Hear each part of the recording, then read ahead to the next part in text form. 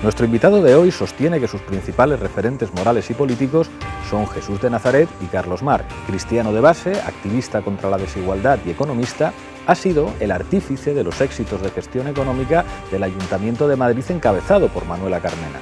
Apartado por la propia Carmena por diferencias políticas, es hoy candidato a alcalde de Madrid por Madrid Empieza. En otra vuelta de tuerca, Carlos Sánchez Mato.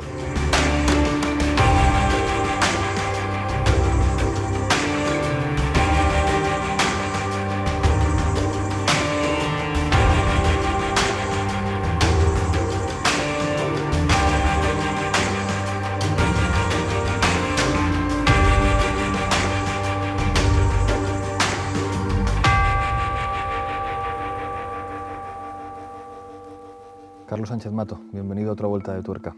Bien hallado, muchas gracias por invitarme. Este programa es muy psicoanalítico, entonces siempre preguntamos al principio por la infancia. Tú eres hijo de un policía nacional, hijo de una ama de casa. ¿Qué recuerdas de tu familia cuando eras pequeño? Es complicado, pasé mucho miedo por mi padre. Porque tu padre estuvo destinado al País Vasco mucho tiempo, en la época más dura. En Irún, que vamos, fue una zona muy castigada y no tengo muchos recuerdos de cuando mi padre se iba a Irún y se fue con su compañero Francisco. Pues imagínate un amigo de tu padre al que mataron, ¿no? Al que asesinaron, ¿no? Fue duro. La verdad es que yo además tenía mucha conciencia política también a los 7, 8 años y me pillaba todos los periódicos que leía, hacía mis análisis políticos, esa era mi pasión también en ese momento y lo sufrí mucho, reconozco que lo sufrí. He leído que hay otra parte que te marca en tu adolescencia, que es en el barrio de Aluche, donde te crías, el impacto de la heroína, y que incluso en tu militancia cristiana del principio teníais lo que se llamaban pisos de monos, donde trabajabais con drogadictos que estaban intentando desengancharse y con muchas dificultades. ¿Qué es lo que recuerdas de lo que implicó la llegada de la heroína a los barrios humildes, en este caso en Aluche, pero que fue un fenómeno que afectó a todo el país? Fue un fenómeno general y en Madrid fue mi generación. Yo nací en el año 1970, esa generación, estamos hablando de que tuvo un efecto muy duro lo que es la heroína y en este caso determinada gente con más sensibilidad, si acaso, intentábamos echar una mano. Lo miras con los ojos de ahora y dices, joder, la manera que teníamos de echar la mano, sí, claro. Porque pasábamos los monos a pelo con los chavales, ¿no? O sea, yo estudié mis carreras universitarias, el rato que se dormía algún chaval después de jugar al póker o al mus hasta altísimas horas, charlar de lo divino y lo humano, y mucha gente, Pablo, salió, ¿sabes? Entonces mucha gente salió y hubo gente que no salió, ¿no? Y tengo momentos maravillosos de recuerdo, sobre todo algo que gritamos y se grita mucho en política, eso de si se puede, yo lo he experimentado personalmente y cuando alguien me dice esto es imposible, digo yo imposible eran otras cosas y más difíciles que estas. Gente de la que no solamente me fiaría, sino que me fío, o sea, que la llave de mi casa, mi vida, están en sus manos sin ningún tipo de problema. Y gente que estaba, escondiendo la recortada debajo de un seto para atracar un banco al día siguiente, cosas de esas, ¿no? Y gente que hoy es maravillosa, ¿no? Y gente que no lo pudo ser, porque entre otras cosas, la sociedad los echó a una esquina, ¿no? Y a mí me duele mucho ahora la situación, salvando las distancias, de lo que es la heroína del siglo XXI ahora, las casas de apuestas. Claro, lo hemos comentado alguna vez políticamente, es durísimo ver a chavales y a chavalas enganchados a otro tipo de droga que, de alguna manera condiciona sus vidas, ¿no? Y me trae muchos recuerdos, desde luego. Tú has dicho varias veces que tienes dos referentes morales y políticos, Jesús de Nazaret y Carlos Marx. Y digamos, tu militancia es doble o es una síntesis entre tu compromiso cristiano y tu compromiso marxista, que empiezas en Nuevo Claridad, que es como un grupo muy particular, yo lo conocí hace muchísimos años. ¿Qué recuerdas, digamos, de los ambientes políticos de aquella época y de lo que implicó, que esto es algo que tenía mucha tradición en España, que venía del antifranquismo, de sectores católicos que tomaron conciencia política y se vincularon mucho a la izquierda? ¿Qué recuerdas de aquellas experiencias? Pues mira, mi primer recuerdo de manifestación era en el barrio de Aluche, en la parroquia donde yo estaba vinculado, donde iban mis padres a misa y nos llevaban a los 4 años que detienen al párroco. Uno de los curas obreros pues vamos, en todo el Estado, pues lo que hacían era abrir los bajos de las parroquias pues para que se reuniera el Partido Comunista, para que se reunieran las comisiones obreras, bueno, pues algo como muy normal en aquella época, que claro, mirado luego ahora con una cierta perspectiva, dices, joder, lo que ha evolucionado, en este sentido para mal, determinada jerarquía eclesiástica que entiende que los lugares de culto pues están para otras cosas. Mi militancia política nace en eso, en una parroquia obrera, y en la que yo fundamentalmente, pues eso, mi cristianismo lo entiendo desde esa perspectiva. Yo no creo en el pensamiento mágico, nada del pensamiento mágico, seguro que nos parecemos o me parezco a muchas personas que dicen, bueno, no tengo nada que ver con, bueno, pues con la parte que yo respeto, pero que no comparto. Pues, los milagros para mí es el compartir, por ejemplo, se multiplican los recursos compartiendo, pero no creo en la magia. Y creo, por ejemplo, pues que pues los elementos mágicos pues son una excusa como otra cualquiera para intentar nublar el sentimiento de la gente. Entonces, fíjate, de esos 5 años, pues bueno, pues yo qué sé, montones de actuaciones en el campo social, que no solamente con el tema de la droga, pero no sé si tú seguro que lo recuerdas. El Movimiento 07 nació en esa parroquia. Ahora te preguntaré de eso. Sí, pero nació, toda la militancia política mía pues viene ligada pues eso, a la lucha en ese ámbito. Y por supuesto a mi cercanía a Izquierda Unida, lo que ocurre es que en Izquierda Unida en Madrid hemos tenido como para militar en determinados momentos, ¿no? Entonces yo siempre he sido cercano hasta que en un momento dado ya nos dijeron los compañeros, o entráis o esto no se cambia, con solamente criticando desde fuera de la barrera. Pero desde luego en el ámbito cristiano yo tengo referentes excelentes, ¿no? Gente maravillosa que de verdad pone a los más pobres, a los más empobrecidos, mejor dicho, pues en el centro de la vida, y me han dado muchas lecciones de vida. En los últimos años, digamos que ha generado una gran polémica a nivel internacional los casos de pederastia vinculados a la Iglesia Católica, pero tú tienes una experiencia de militancia muy dura hace muchos años, cuando eras responsable de catequistas de tu parroquia y te enfrentas tú solo, encabezando una denuncia por un caso de un abuso sexual a un menor, y termináis ganando un pleito en el Tribunal Supremo que condena a Rouco Varela como responsable civil subsidiario, y a partir de ahí organizáis un colectivo que se llama Iglesia sin Abusos, que con toda la oposición de la jerarquía eclesiástica en España empieza a denunciar casos que ya se venían produciendo desde entonces, cuando no había tanto eco mediático como hay ahora. Sí, te voy a asegurar también, eso es otra experiencia pues, especialmente dolorosa. Me cuesta encontrar momentos felices porque bueno, pues fue especialmente duro el que pues, a cualquier persona a la que le vienen a contar algo tan duro como que han violado a tu hijo, pues bueno, pues descoloca a cualquiera, ¿no? No porque no sepas que eso pasa, que eso ocurre, sí. Cuando lo ves de forma tan cercana, pues bueno, pues y cuando actúas en primer lugar intentando ver qué es lo que ha pasado y hablas con responsables que lo que te dicen es bueno, pues básicamente los trapos sucios se lavan en casa y déjanos que ya nos encargamos nosotros, pues sientes una cosa, pues bueno, pues que te la puedes imaginar, ¿no? Yo tomé una decisión a la hora de ir a la Fiscalía. Y bueno, pues esa decisión me trajo muy duras consecuencias. Bueno, nos echaron incluso para tu familia. Sí, nos echaron de la parroquia. Nuestra forma de vida en esas comunidades cristianas de base, pues es esa comunidad cristiana amplia en la cual, pues bueno, pues hay pues eso, un par de cientos de personas que compartimos la vida, ¿no? Y que bueno, pues que al final, pues por esa decisión, en este caso mía, pues bueno, pues al final pues se destruyó mucho, ¿no? O por culpa nuestra, ¿no? En este caso, pero así fue muy duro. No me conforma nada el hecho de que finalmente pues, la justicia diera la razón bueno, pues a estos menores y bueno, pues, que en este caso fue la primera situación en la cual el Arzobispado de Madrid fue, en tiempos de Rouco Varela, condenado como responsable civil subsidiario. Tenía algo que hacer ahí y tenía una responsabilidad en vigilando y no la cumplió. Y lo que queda por debajo pues es mucho malestar, mucho dolor pues a la hora de abordar este tipo de situaciones que pueden ocurrir en la iglesia, en el colegio de médicos o en un partido político. La diferencia es que en ningún caso, ninguno de los organismos en cualquier ámbito puede reaccionar como reaccionó la iglesia o ha reaccionado la iglesia tantas veces, pero especialmente es doloroso en el caso de la iglesia, que tiene que estar siempre, tendríamos que estar como comunidad de hermanos y hermanas al lado de los que más sufren, siempre, siempre. Estudiaste economía, ¿por qué economía? joder, tengo un vicio yo con la economía. No, me encanta la economía, el derecho, la historia, y hubiera estudiado historia antes que, pues seguramente, bueno, pues esos dos referentes a los que hacías referencia tú, valga la redundancia, tanto Jesús de Nazaret como Carlos Marx, me empujaban directamente a, si te digo a qué hora empecé a leer El Capital, Muy jovencito. muy joven.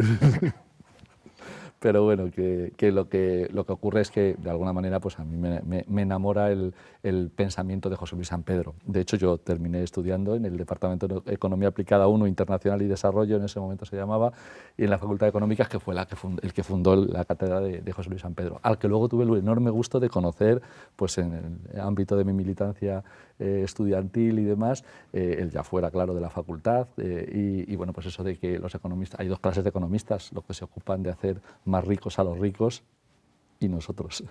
Y bueno, pues yo tengo muy a gala de haber seguido sus enseñanzas. Hablabas antes del movimiento 07, yo recuerdo que coincidía con mi inicio de la militancia. Al principio recuerdo que lo veíamos de una manera muy sectaria, es decir, el problema no es el 07, el problema es el imperialismo y no sé qué. Pero claro, el 07 consiguió incorporar a la política a generaciones enteras de jóvenes que la izquierda, y no digamos ya la extrema izquierda, no hubiera sido capaz de incorporar jamás. Y de alguna manera fue el germen también de movimientos que aparecieron después. Tú estuviste en ATAC, pero también, digamos, en los primeros movimientos que en España después se incorporarían a los movimientos alterglobalizadores, por una globalización más justa. ¿Qué recuerdas de aquella experiencia que además fue un encuentro entre muchos colectivos y en la que participó muchísima gente joven? Pero nació con 4 personas, que es muy curioso porque hay gente que piensa que de repente florecieron las tiendas de campaña en la Castellana, y como bien sabéis y saben las personas que nos puedan estar viendo, en cuestión de militancia política hay que sembrar mucho antes de que se puedan recoger ese tipo de cosas. Para llegar a la primera huelga de hambre hubo antes que hacer tardes y tardes en la Puerta del Sol, preciados con sol, ahí con una mesita. Por supuesto, no piensen ustedes de nuevas tecnologías y tal, estamos hablando de 1990, ¿vale? Y bueno, pues repartiendo octavillas como ciudadanos decididos a luchar por la supervivencia y la solidaridad. O sea, así empieza. Nos reuníamos en la Asociación por los Derechos Humanos, muy cerquita del Congreso de los Diputados, y bueno, pues ahí nace pues por 3 señores muy mayores y un jovenzuelo que era yo, en este caso. Aprendí mucho, sobre todo a la hora de sembrar, como tú indicabas, el hacer el planteamiento de cómo arrastrar a mucha gente joven a de verdad estar preocupado por algo fundamental. El informe del Club de Roma era nuestra Biblia en ese momento, y por supuesto siempre también no hay que desdeñar el que también había pues mucho loco y mucho locas, entre los que seguramente estaba yo a la hora de pensar que lo podíamos cambiar todo y lo debíamos cambiar todo en una década. Y fíjate, ya han pasado alguna más de una década, pero yo creo que sí se incorporaron cohortes de personas que no estaban sensibilizados políticamente, y que un hecho movilizador, como pudo ser la huelga de hambre inicial y luego la acampada, pues dio lugar, no sé, yo con 23 años estaba negociando con el secretario de Estado de Cooperación, que me engañó como lógicamente, porque bueno, pues Dicenta en ese momento del Partido Socialista dijo que lógicamente pues veía ahí un estudiante de economía y dice, pues me lo como, seguramente lo hizo, pero no nos ganó. Tú aprendiste mucho. No nos ganó. Después también tienes mucha experiencia, habiendo trabajado como economista en la empresa privada. Toda mi vida. ¿Cómo te ha servido eso para encarar después como cargo público, digamos, encargado de manejar un presupuesto muy grande, esa experiencia con la empresa privada, que no es habitual en buena parte de la clase política que hemos conocido en nuestro país, decir, no, yo he trabajado mucho tiempo en esto? Pues sí, sobre todo porque hay mucha gente que presume o defiende ese paso puntual por la política, sobre todo en la derecha, y luego no han visto una empresa en su vida, ¿no? O tachan a los que bueno, pues tenemos la posición política que tenemos y que aspiramos al socialismo como enemigos de las empresas o algo así. Pues no es mi caso, no es mi caso. Evidentemente yo aspiro a superar el capitalismo, y eso no tiene que ver nada con la capacidad de gestionar el capitalismo de otra manera. Y bueno, pues yo tengo la enorme ventaja en ese sentido de haber trabajado en la empresa privada, de no haber caído en determinados vicios que yo creo que en la empresa privada existen. Al final las empresas, como las administraciones públicas, como la política, pues están llenas de seres humanos y las mismas envidias, los mismos vicios y las cosas bonitas, pues te las encuentras en todos los sitios. Yo he tenido la posibilidad de ser directivo y de no tener enfrentamientos jamás con los trabajadores y trabajadoras. Pues en ocasiones diferencias, por supuesto, pero yo mi conciencia de clase no la he perdido por el hecho de ser en momentos determinados directivo de una mediana gran empresa. Y bueno, yo creo que eso también es una cierta vacuna a la hora de abordar pues tu vida y también la política. Y bueno, no es comparable pues un grupo empresarial en el que más tiempo he estado trabajando yo, que superó los 100 millones de euros de facturación con presupuesto de 5.000 millones de euros. No es comparable. Lo que ocurre es que sí que considero que forma parte del aprendizaje imprescindible para cualquiera, no digo que para cualquiera que llegue a un cargo público, pero muy positivo a la hora de conocer esa realidad, de no verlo simplemente como enemigo. Un empresario está realizando una determinada función en nuestro sistema y esa función a mí me gustaría, entre otras cosas, que fuera diferente, pero siendo la que es, se puede gestionar de una manera o de otra. Han pasado muchas cosas en los últimos 4 años. Te quiero retrotraer a 2015, cuando se construye, digamos, el proyecto de Ahora Madrid. Nadie imaginaba que Ahora Madrid iba a poder ganar las elecciones, una candidata que era muy poco conocida fuera de hecho no la ganamos. De hecho no lo ganamos, ganó Esperanza Aguirre, pero digamos tuvo el apoyo suficiente para gobernar. Sí. Una candidatura con una buena candidata, pero ni muchísimo menos tan conocida como ahora, con muchos colectivos y partidos políticos trabajando para armar esa candidatura. ¿Qué es lo que recuerdas de aquella experiencia de 2015 que permitió conseguir lo que nadie se imaginaba que se podía conseguir en la ciudad de Madrid? Sobre todo la experiencia enormemente positiva, luego también mucha dureza también en las negociaciones y todo eso, pero la experiencia enormemente positiva del trabajo a pie de asamblea, a pie de barrio. Yo creo que eso es algo que desgraciadamente la moqueta de la institución pues nos ha separado ligeramente de eso, pero yo creo que esa experiencia fue también maravillosa. Fue una parte de ilusión que yo creo que también venía como resultado de un ciclo de movilizaciones brutal, que pues desde las marchas de la dignidad a todos los elementos anteriores y posteriores que nos llevaron a las elecciones fue un resultado de todo eso. Pero el proceso yo creo que fue enormemente positivo. Gentes muy diversas, gentes de Podemos, gentes de Izquierda Unida, además con enormes problemas en ese momento para poder configurar y formar parte de este proceso, y gentes que no tenían padre ni madre político y precisamente dieron un impulso brutal a la situación. Eso existe en Madrid y desgraciadamente no en todos los lugares del Estado español te lo encuentras, pero hay un tejido muy vivo, con mucha capacidad de poder, en este caso, conformar algo más que un programa ilusionante. Y yo creo que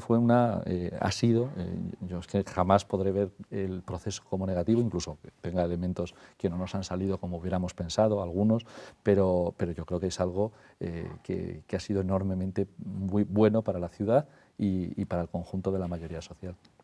Has estado al frente durante prácticamente toda la legislatura de la Consejería de Economía, casi podríamos decir la más importante y desde luego la que ha producido más argumentario en favor del Ayuntamiento de Madrid. Digamos, el argumento que más se utiliza para decir el Ayuntamiento de Madrid ha funcionado es la gestión económica. Y tú has estado al frente la mayor parte de la legislatura de esa Consejería de Economía. Digamos, ¿cómo valorarías en unas cuantas frases esa experiencia y cómo responderías a la pregunta sobre qué cosas se pueden cambiar desde las instituciones haciendo compatible, digamos, una voluntad de justicia social con la máxima eficiencia económica? Mira, una cosa que me da especialmente, me cabrea, puedo hablar así, es que normalmente el titular y el resumen es el Ayuntamiento de Madrid o Manuela o Carlos bajaron la deuda. No es nuestro objetivo, no es nuestro objetivo bajar la deuda, sí incrementar lo que se ha incrementado el gasto social y la inversión en cantidades absolutamente descomunales.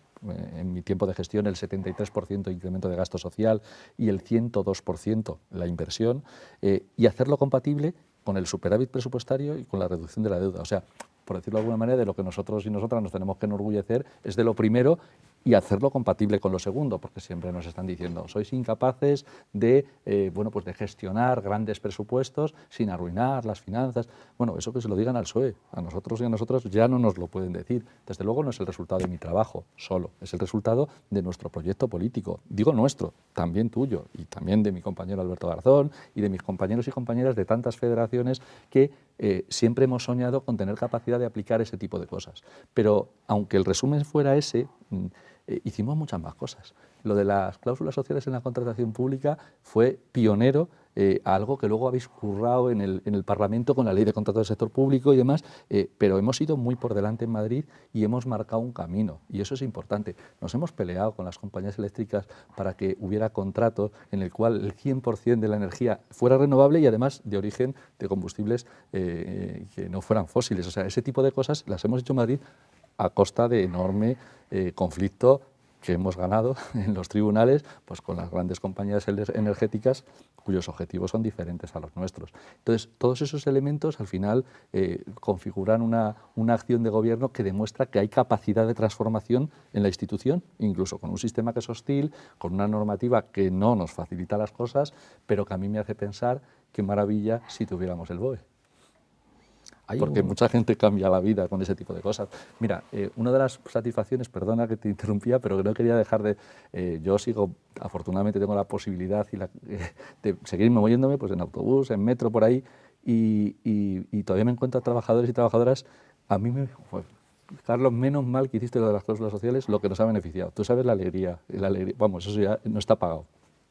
Uno de los momentos que yo creo que además todos vivimos con más amargura en el ayuntamiento es el inicio de una ruptura que inicialmente parece una diferencia personal de Manuela Carmena con su consejero de Economía, pero que poco a poco vamos viendo que es una diferencia política más amplia que termina pues, en el hecho de que Manuela no quiere contar con las formaciones políticas que le han apoyado y prefiere, digamos, construir un proyecto más de tipo personal, con su equipo, prescindiendo digamos, de las formaciones políticas y de los espacios políticos que habían sido fundamentales en la construcción de Ahora Madrid. Eso hace que algunos montéis otra candidatura, Madrid en pie. ¿Cuáles son las diferencias políticas de fondo o quién se parece más al proyecto original de Ahora Madrid? Pablo, nosotros lo que estamos haciendo es recoger todo ese programa trabajado, deliberado de manera colectiva que empezamos en 2014. Parte de él no se ha cumplido y parte de él, por las condiciones, ha evolucionado y tenemos que ir a más. Pero nosotros no nos hemos ido de ningún lado, se han ido otros. A mí, y me da muchísima pena. Yo no tengo ningún tipo de problema personal, ni con Manuela, ni con los compañeros bueno, pues del gobierno, de verdad, de ningún tipo. Sé que esto es política y lo que sí que me da lástima es la posibilidad de defraudar a esa enorme cantidad de gente que votó en 2015 a esta candidatura y que se ilusionó, y además de manera creciente durante la campaña, pero también a toda esa gente que no nos votó. O sea, no llegamos al techo, en mi opinión. O sea, yo creo que podíamos haber ido a más todavía, pero claro, para eso hay que ser herramienta útil de transformación. Si los barrios de Madrid ven que al final terminamos cediendo y haciendo las políticas del Partido Popular, que básicamente son no te gastes dinero en los barrios, entonces tienes un problema. Mira, en la primera parte del mandato, en la que yo tuve el gusto de ser concejal de Economía y Hacienda, el crecimiento presupuestario fueron 800 millones. En el resto del tiempo han sido 70. La diferencia es, a mí me da, no sé, sufro con ello, o sea, lo envío a conocer mismo, digo, ¿qué podríamos haber hecho si hubiéramos crecido en la misma magnitud en esa segunda parte de la legislatura, que es cuando además los gobiernos se ponen bonitos y chulos para ir a unas elecciones? ¿Qué hubiera sido? Pues yo creo que más allá de que la política es confrontación, yo desde luego soy lo menos parecido a un matón de barrio, aunque hay gente que quiere situarme ahí en esa posición. Ni lo soy por cultura política, ni lo soy por actitud. Es verdad que confronto con la derecha, porque sí que tenemos proyectos diferentes para nuestra ciudad, pero confronto creo que siempre desde el máximo de los respetos y educación, no podría hacerlo de otra manera. Pero claro, hay diferencias profundas en el proyecto político en tanto en cuanto la línea y el plan de la derecha, desde el punto de vista económico, es el que se aceptó con el caso de Montoro. No era un tema de maximalismos, era un tema de que nos quedábamos sin recursos para rematar la legislatura, y eso es lo que ha ocurrido. Y en el ámbito urbanístico también hay un tema que sí que es serio. En el Plan General de Ordenación Urbana que tenemos en Madrid es el del Partido Popular. No tenemos el mismo plan, no tenemos el mismo modelo, Pablo, no lo tenemos. Mantener ese modelo, pues en este caso nos lleva a cosas que son difícilmente gestionables por cualquier persona. No hablo de izquierdas y derechas en este caso, y sí que sabes que leo la política desde esa perspectiva, pero ahora simplemente hablo de resolver problemas como el de la vivienda en la ciudad de Madrid. Si no ponemos en el centro la vivienda, nuestros jóvenes seguirán, mis hijas y los hijos de todos, seguirán con enormes dificultades para establecer proyectos de vida dignos. Yo tengo la sensación de que quien presenta la política como un problema de confrontación entre partidos políticos, digamos, está echando una manta para ocultar la verdad de la política, que es cómo operan los poderes. O sea, yo estoy muy orgulloso de que en esta campaña hayamos sido capaces de decir, mire usted, esto no va solamente de los partidos, esto va de poderes económicos, va de bancos, va de grandes empresas energéticas, que se pueden comprar partidos políticos, que se pueden comprar y se compran medios de comunicación que actúan como sus brazos mediáticos para establecer las condiciones de posibilidad, para establecer relatos, para decirte quién es respetable y quién no es respetable, y creo que hemos conseguido que se hable de esto.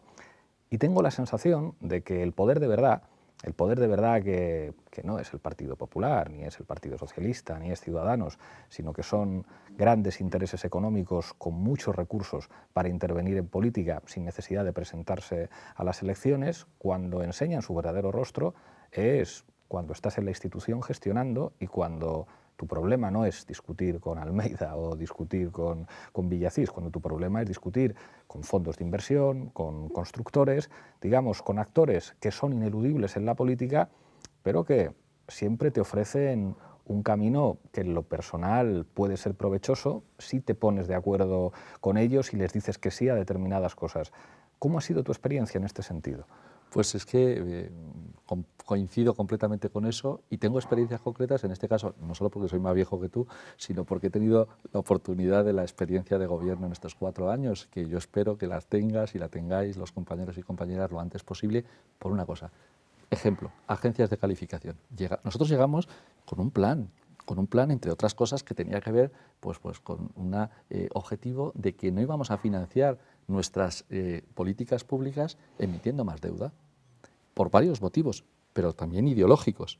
Nos decía Ciudadanos, ¿es algo ideológico? Pues claro, es ideológico prescindir de las agencias de calificación. El coste, Pablo, 100.000 euros. En un presupuesto de 5.000 millones de euros, te puedes imaginar que no encontrábamos allí el gran ahorro de los fondos prescindibles. Tú sabes la que se montó. Bueno, yo sí me acuerdo, pero seguramente tú también recuerdas editoriales en El Mundo, en El País, en el ABC, Esperanza Aguirre diciendo se va a multiplicar el coste de la deuda en Madrid. Mi madre diciéndome, ya con sus muchos años, hijo, ¿qué estás haciendo con la ciudad? O sea, 2 años y medio después, el coste de la deuda había bajado, ¿vale? Con el Partido Popular pagábamos 340 millones de euros de intereses y ahora se pagan 100 millones de euros. Nos hemos ahorrado 200, o sea, teníamos razón. No me he encontrado yo ningún tipo de editorial luego diciendo, vaya, pues parece que el señor ese no iba mal encaminado. No, teníamos un plan, lo aplicamos, fuimos rigurosos con el mismo y demostramos que teníamos razón.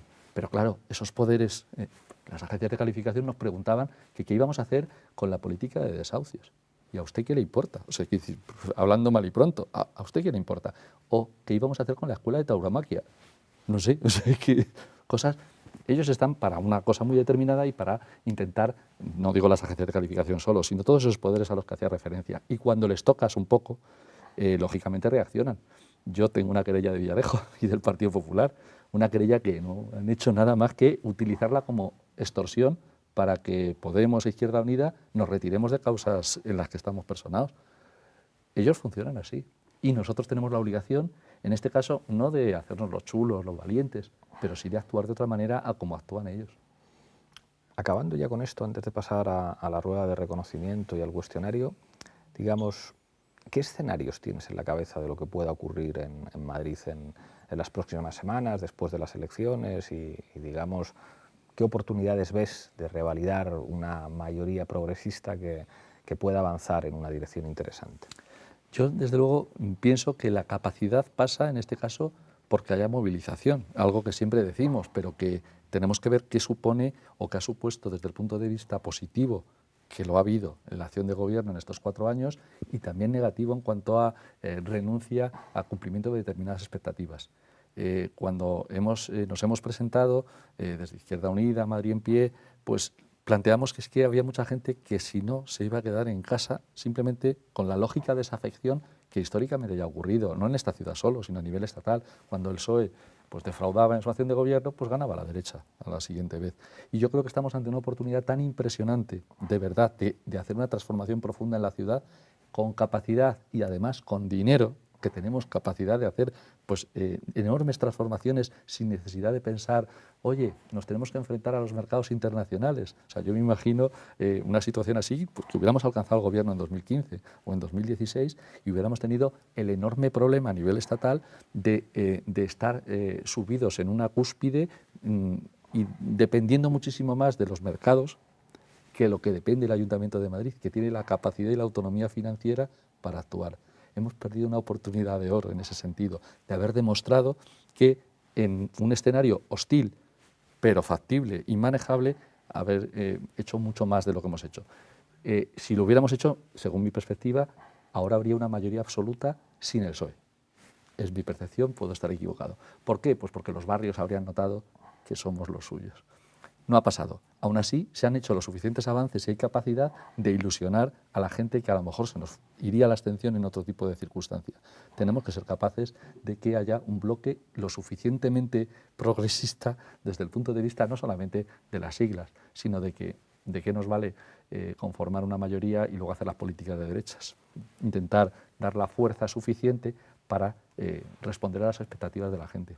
Vamos con la rueda de reconocimiento. Yo pongo unos nombres encima de la mesa y en 4 o 5 frases que te vengan a la cabeza rápidas los describes. Jesús de Nazaret. Un tío que si no hubiera existido habría que inventarlo. Manuel Azaña. Una persona de las que de verdad hizo mucho por la reconciliación entre los españoles y españolas. El Papa Francisco. Oportunidad perdida, pero no por culpa suya. Yo creo que seguro que es una gran persona, pero tiene alrededor, hay mucho lobo alrededor. Begoña Villacís. No le he oído una idea nunca, de verdad. Creo que está ejerciendo un papel, pero vamos, ideas no se las he encontrado. Almeida. No sé ni quién es. Nulo desde el punto de vista del debate, es bueno, no, desde el punto de vista argumentario, pues es capaz de defenderse perfectamente en un debate, pero en este caso carece de iniciativa. Yo creo que revela cómo está el Partido Popular. Manuela Carmena. Creo que es una persona que tiene enormes capacidades en cuanto a la interlocución y en preocuparse por lo pequeñito, y en eso es algo muy positivo. Y tenemos diferencias profundas en esos grandes temas de la política municipal que tienen que ver, en este caso, pues, con lo presupuestario y con la atención a los barrios y con lo urbanístico. Pepo Hernández. Un admirador yo del baloncesto, del Estudiantes, vamos, de toda la vida, y si algo me fastidia es tener que competir, aunque sea amigablemente, electoralmente, con un entrenador del Estudiantes tan bueno como él. Ortega Smith. Pues una persona a la que mis hijas, que son pues lo que más quiero, pues pues no me permiten saludarle, ¿no? Y yo creo que llevar la educación a cualquier punto, pero no se puede utilizar el frentismo. Es una persona más de poner muros, y yo soy más de tender puentes. Somos pues la noche y el día. Pasamos ya al cuestionario. ¿Quién ha sido una maestra o un maestro para ti? He tenido muchos, pero vamos, citaba al principio a una persona que para mí, desde el punto de vista real, pues este párroco que me enseñó mucho de la austeridad de verdad, ¿no? Jesús Cubillo nos dejaba el piso para que pasáramos el mono con los chavales, y para mí eso es un maestro de vida. Pero maestro ya en sentido más amplio, pues bueno, pues he aprendido mucho leyendo a Rosa Luxemburgo. Un referente político. Pues un referente político para mí es Julio Anguita, por ejemplo. Hablé ayer con él precisamente, y me parece una persona que tiene una autoridad, una autoritas, pues lo que es la palabra. la autoridad se la damos los demás, ¿no? Y se la reconoce muchísima gente. ¿Un libro que recomendarías leer a todo el mundo? Un libro, pues mira, yo recomendaría, acabo de leer el de David Jiménez, que yo creo que merece mucho la pena. A cualquier persona merece muchísimo la pena que la gente lea lo del director, porque bueno, pues... Pero yo voy a recomendar 3. La trilogía de Gironella, que no sé si conoces, de Los cipreses creen en Dios, 1 millón de muertos, que hace referencia pues, a la preguerra civil, la guerra civil y la posguerra. Yo creo que a través de la familia Alvear merece mucho la pena que la gente conozca más de aquella época, aunque sea a través de una novela. ¿Una película que recomendarías ver a todo el mundo? Pues en los momentos actuales, La vida de Brian es lo más lógico y bueno, con la que me sigo riendo, aunque la haya visto muchas veces. No, pero me gustó también mucho El Reino hace poco y creo que merece muchísimo la pena. ¿Una serie? Pues soy un desastre. Mira, os ponéis a hablar todos de series, los jóvenes y tal. Yo no puedo ver series, no tengo tiempo y vosotros tampoco, entonces no sé cómo lo hacéis, pero yo soy incapaz de engancharme a la serie porque yo me quedaría, y fíjate lo que te voy a decir, me quedaría, y os vais a reír, la que más recuerdo es la de 7 vidas. Y además recuerdo con especial cariño a Willy Toledo haciéndole determinadas cosas al Tony Cantó. Ahí quedamos. 7 pero vidas. Soy Y ya por último, una canción que te emocione especialmente. Pues no voy a decir ninguna política porque no es... Pero vamos, creo que en este caso, pues quizá la canción que voy a decir es la de Sabina, la de Pongamos Calor de Madrid, seguramente porque hay determinados elementos que de verdad los siento como muy, muy cercanos. Algunas de las estrofas y de lo que hemos hablado en la entrevista están ahí, en esa canción. Ya solo me queda pedirte que cojas la taza de la tuerca con la mano izquierda y mirando esa cámara brindes por lo que quieras. Pues brindo por un mundo socialmente pues más justo y en el que seamos todos más libres. Y yo creo que además es perfectamente posible. Por lo tanto, pues lo que hace falta simplemente es que nos lo creamos. Muchísimas gracias, Carlos. Gracias a ti.